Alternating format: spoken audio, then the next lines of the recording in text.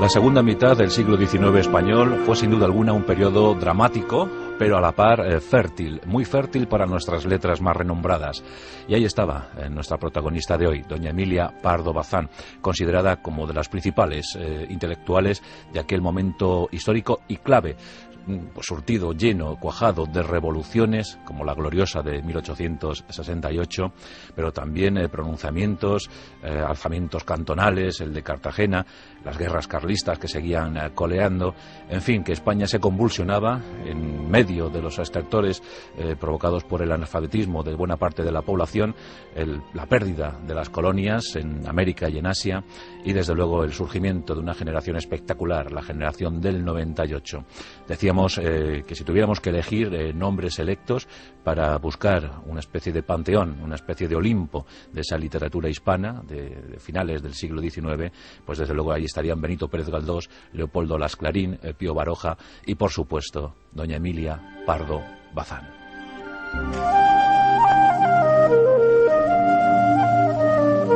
Y debemos buscar en la geografía gallega para encontrarnos el nacimiento de doña Emilia, allá por 1851. Más concreto, el 16 de septiembre de 1851, Emilia vino al mundo en La Coruña. Era unigénita, esto es, hija única de un matrimonio noble e ilustre. Por un lado, don José Pardo Bazán, por otro, doña Amalia de la Rúa, los condes de Pardo Bazán. ¿Eso qué quería decir? Pues que su unigénita, su querida Emilia, iba a recibir todo el esmero, todo el mimo posible para una niña bien de aquella época. Pero Emilia era de natural inquieta y gustaba mucho de leer y buscar en la biblioteca familiar. Allí se topó, casi sin anestesia, con la Biblia, con el Quijote, con la Ilíada, con los textos de Plutarco.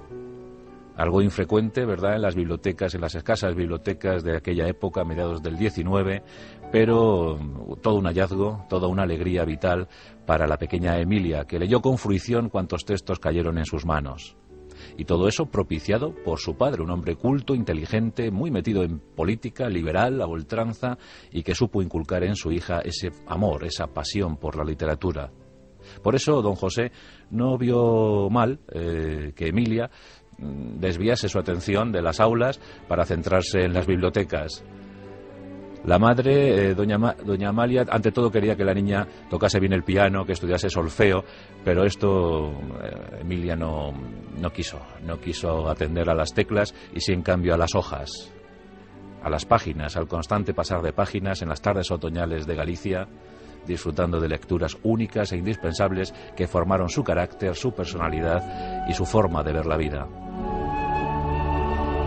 Emilia quiso escribir desde bien jovencita, quiso ser literata, quiso ser autora de grandes novelones, como ella decía.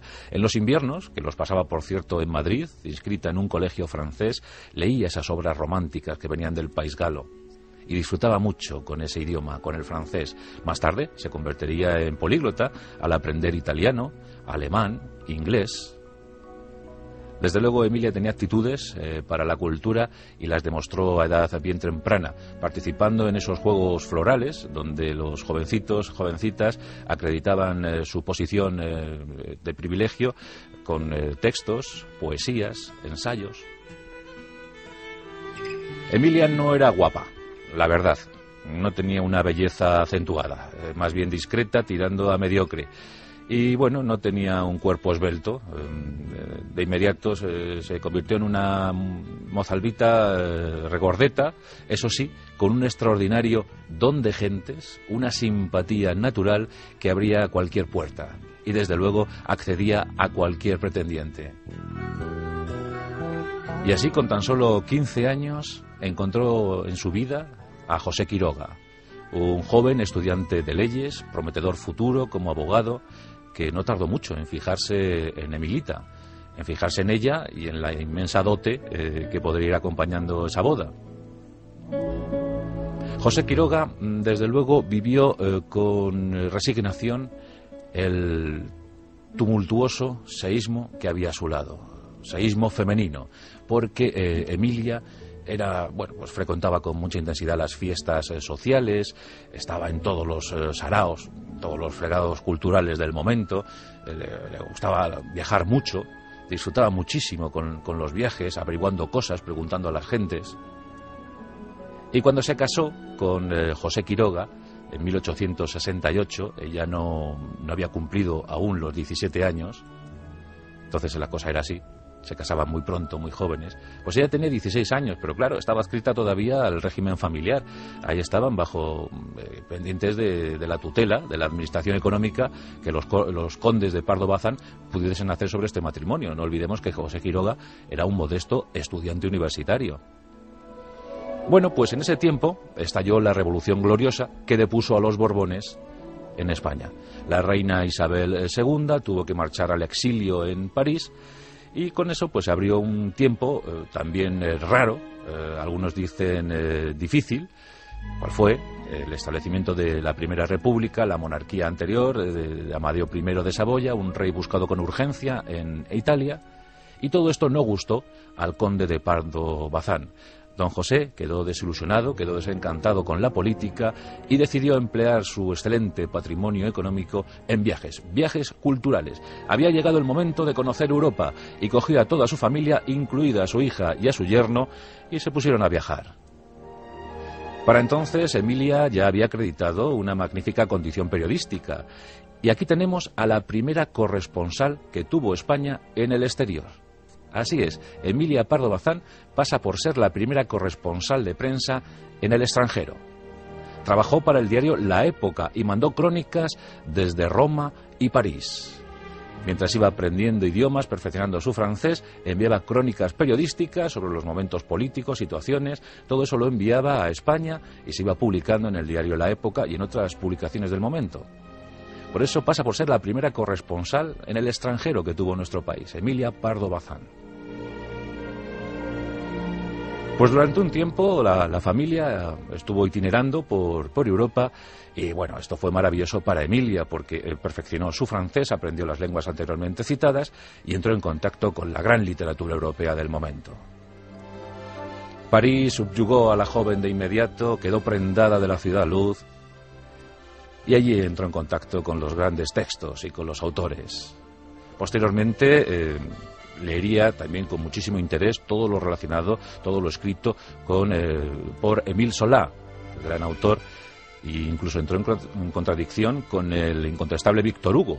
Cuando conoció al autor de Los Miserables en París, llegó incluso a discrepar con él en alguna cuestión, y ya os digo que en aquel tiempo discrepar con Víctor Hugo era una osadía, una auténtica osadía. La gente creía más en Víctor Hugo que en el propio país. Lo que decía Víctor Hugo iba a misa. Y que esta jovencita le saliera respondona en alguna conferencia, pues llamó la atención, provocó la curiosidad del genial autor francés, tan enfrentado por entonces al emperador, a Napoleón III, y a su mujer española, Eugenia de Montijo. Pero bueno, quedaban pocos meses para que el emperador y su mujer fueran depuestos con la guerra franco-prusiana. Y bueno, pues esos momentos la verdad es que fueron vividos con muchísima intensidad por Emilia Pardo Bazán. La tenemos al fin en 1876, mientras el general Custer era batido en Little Bighorn, allá en Estados Unidos. Acá en España, Emilia Pardo Bazán publicaba su primera novela, Pascual López. Una novela que pasó sin pena ni gloria. Pero ese año 76 fue muy importante para ella, porque se batió en buena lid con otra autora en ciernes, Concepción Arenal. Para entonces Emilia tenía 25 años tan solo y se inscribió en un certamen literario que ganó con un ensayo dedicado a una crítica sobre el teatro del padre Feijó. Pues ese ensayo de esta joven de apenas 25 años consiguió entusiasmar a los miembros del jurado y decepcionar a Concepción Arenal, que claro, estaba en pleno auge.